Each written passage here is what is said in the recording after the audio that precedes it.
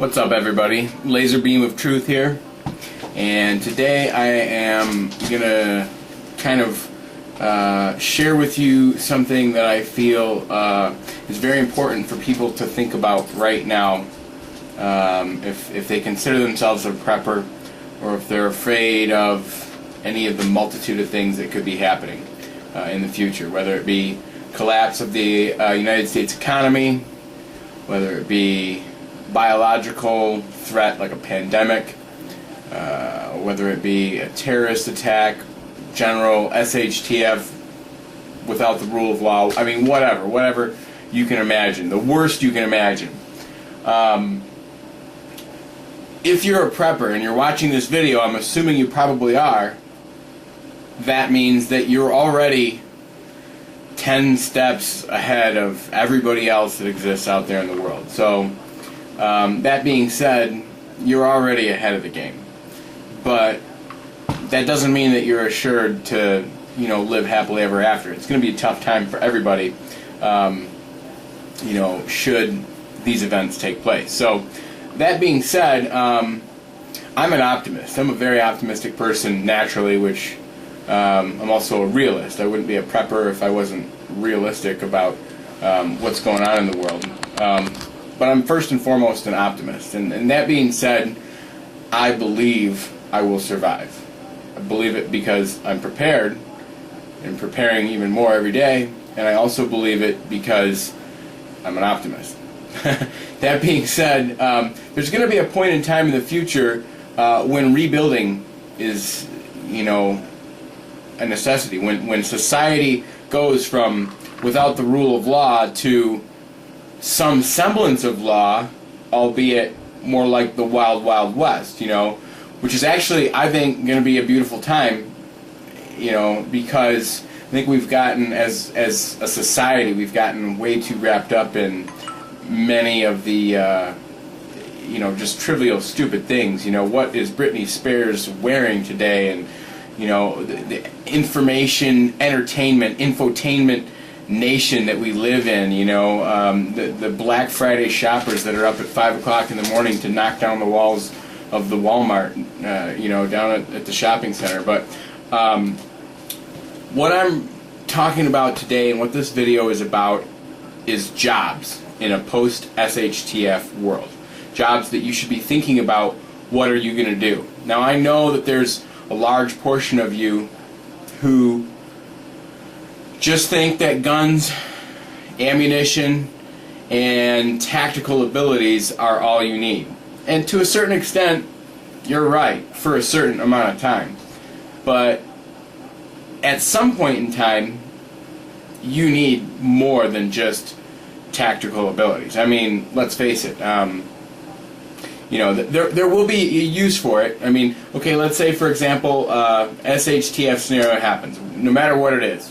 Economic collapse, pandemic, terrorist attack, I mean, you name it. Anything is possible. Let's say it happens tomorrow, and 6 months from now, you still have half of your ammunition, but you've gone through a lot of it, and, you have to come together. I mean, people are social creatures. We are not meant for isolation, and isolation does not do us very good, in the long run. For short periods of time you can deal with some isolation, but over a long period of time, isolation will really begin to wear you down, to the point where you probably won't even care if you're alive or not. You'll start to lose your humanity. So here I've made a list of jobs, skills that people can have and learn today. You can learn these things as hobbies. You can learn them, for whatever. Maybe you've already got many of these skills. I'm sure a lot of people will already know a lot of these things. I know a lot of these things, and they're on the list because I think they'll be handy knowledge in an SHTF world. So I'm going to start right off the top of the list. One of my favorite hobbies and things that I research is energy production. And not, nuclear power plants. That's not a practical thing. There's only 5,000 people in the United States of America that understand how to operate a nuclear power plant, and more than likely in an SHTF scenario, 95% of them are going to die. So I mean, that's not going to work. What I'm talking about is alternative, self-sufficient energy, you know. Trying to get my house off the grid here, trying to get my father's house next door off the grid, and that's a goal that I think we'll probably be able to accomplish within a year, by the end of 2011. That's the goal. But energy production and energy making is something that a lot of people can learn about.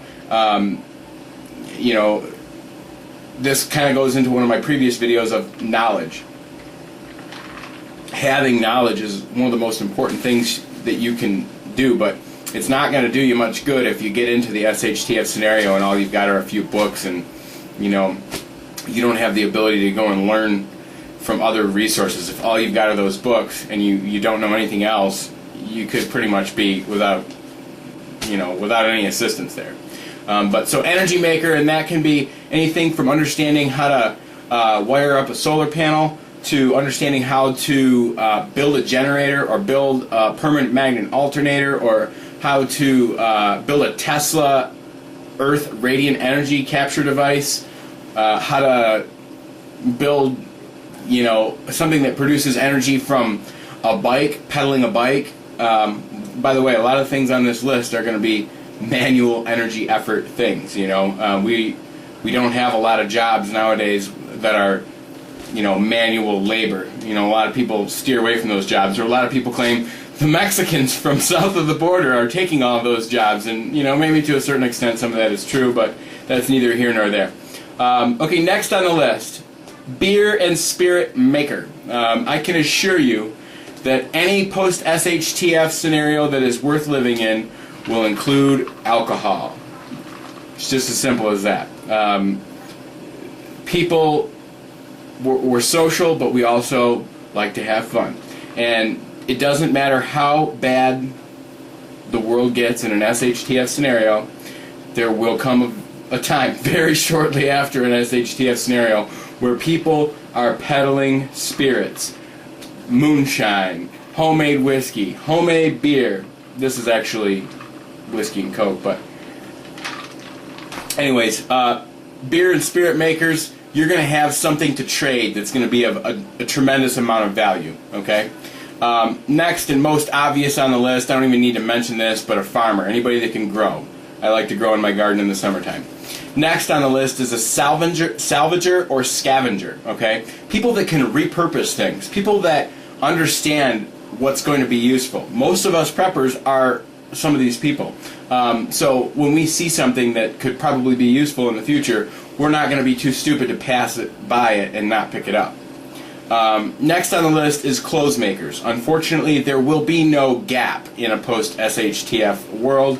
There will be no TJ Maxx. You're going to have to keep the clothes you've got, keep them working, or find somebody that can make clothes. And eventually, I'm sure there will be people that have skills in that, you know, vicinity that start to use that skill.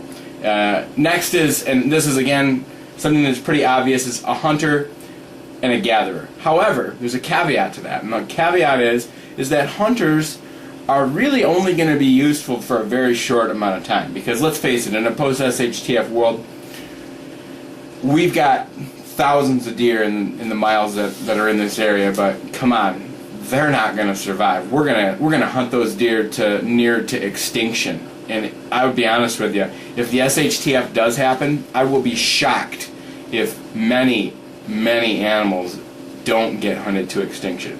So, to a certain extent, hunters and gatherers gathering, that's not going to go anywhere, but hunters will be very, very useful and profitable for the first year or two. But then after that, we will have exhausted that resource so completely and so close to the brink of extinction on almost all fronts that seeing an animal in the wild will be almost a rare sight. So that brings me to the next one on the list, and that is a domestic grower of livestock. Chickens, rabbits, goats, cows, you name it. If it's an edible meat, if you're already in possession of a bunch of cows and chickens, you're going to be in good shape. Especially if you've got a large enough population that they can breed and begin to continue to reproduce.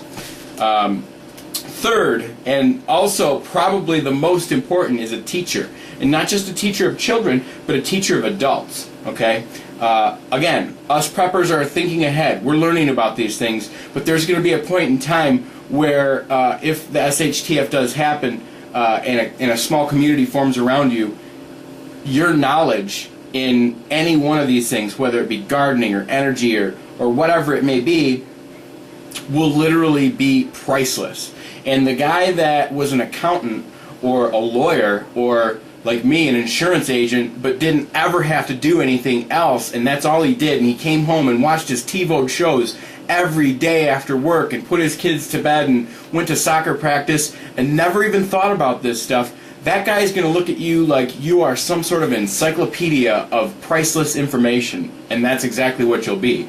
And sharing that information with adults and other people so that they can then survive and thrive will more than likely pay strong dividends in the future for those of us who learn these things now and who get a functional understanding of how they work beforehand.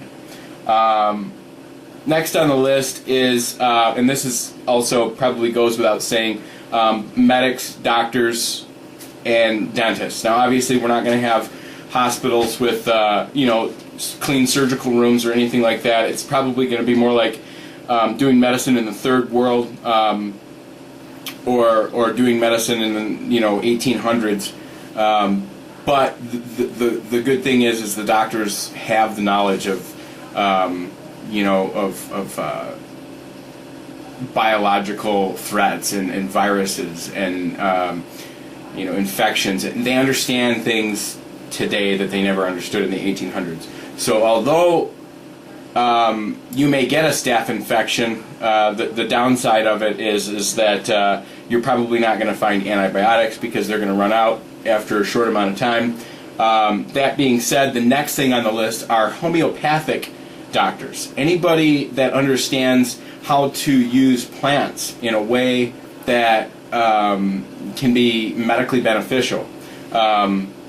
Anybody that's like a massage therapist, anybody that knows acupuncture or any of the alternative medicine realms that don't necessarily rely on the FDA pharmacological grade drugs and antibiotics that we use today, those guys will be in great shape. Next is the junkyard engineer. Okay, sure, we got the salvager and scavenger up above on the list, but that doesn't mean that guy knows how to actually do anything useful with it. So the engineers that really understand how to think outside the box and how to find ways to actually take mechanical advantage of found items, whether they be engines or just pieces of equipment or just materials. If you have a mechanical aptitude, then you're probably going to be in good shape as long as you can find a way to utilize it in the SHTF type scenario.